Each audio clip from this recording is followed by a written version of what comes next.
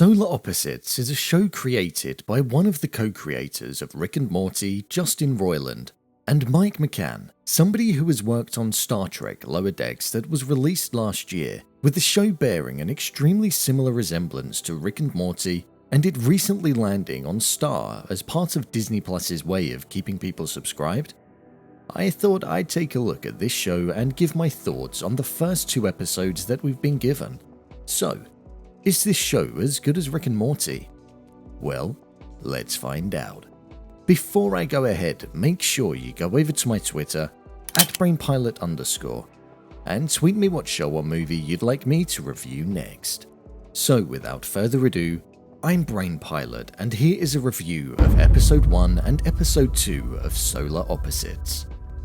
Just to let you know, this video will contain spoilers, so watch with caution. From the off, it is very clear to see that the art style is exactly the same as what we are used to in Rick and Morty, and I found that quite refreshing to see and provided some comfort in the familiarity of the way that the show looks, as it does definitely stand out when compared to other animated sitcoms across many other platforms. The story itself centers around following Korvo and Terry, 2 alien-like creatures, as they live in Middle America and try, whilst at the same time try not to fit in with what the rest of the humans are doing. Like Rick, Korvo is a character that 1. Sounds like Rick due to being voiced by Justin Roiland, but secondly feels like the character that is the science-loving, smart one that wants to get off of Earth, but also comes up with the wacky adventures that seems to get himself and Terry into trouble.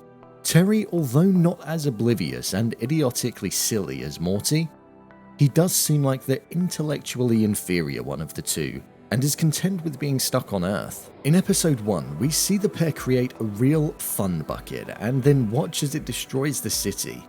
And in Episode 2, we see them create nanobots in the hopes of understanding why the humans don't like them that much.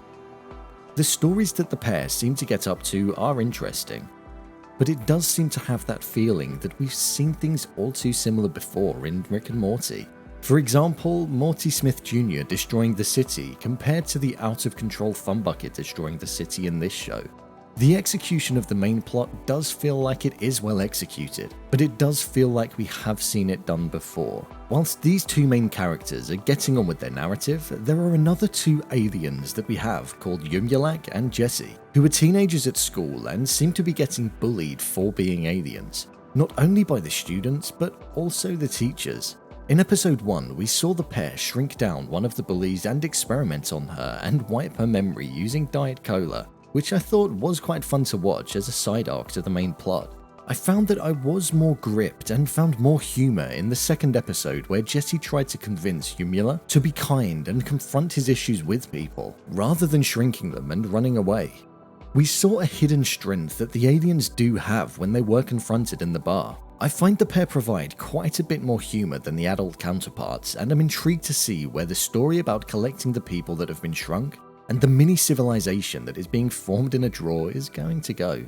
I feel as though it's going to play a wider part in the overall narrative of the show. In terms of the casting for the show, I think it was pretty obvious that Justin Roiland would be voicing a main character, and he does a great job in executing Korvo extremely well, although giving off major Rick Sanchez vibes, to the point where it could be Rick in an alternate universe. I think the casting of Sean Giambrone, best known from The Goldbergs as Yumyulack, is a great choice for the role. He has that distinct voice that gives off dorky vibes, but in a cool way. His voice is very recognizable, but that isn't an issue in the show. I've not seen him in anything else before, but he definitely lands the performance in this show. I've not seen any work by the voice actors for Terry and Jessy before, but I think they deliver a convincing performance. Overall, I think the first 2 episodes were enjoyable to watch.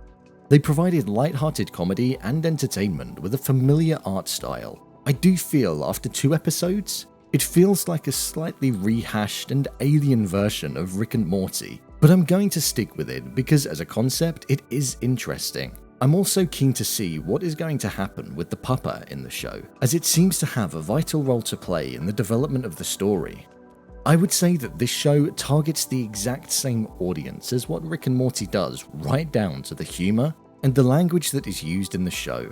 I know the full series has been released on Hulu, but I'll be covering this weekly as it's on Disney+. I'd recommend giving the first 2 episodes a watch and sticking with it. So, there you have it. What I thought of the first 2 episodes of Solar Opposites. What did you think of this show? Did you enjoy it? Leave a comment down below, and don't forget to subscribe. I'll see you next time.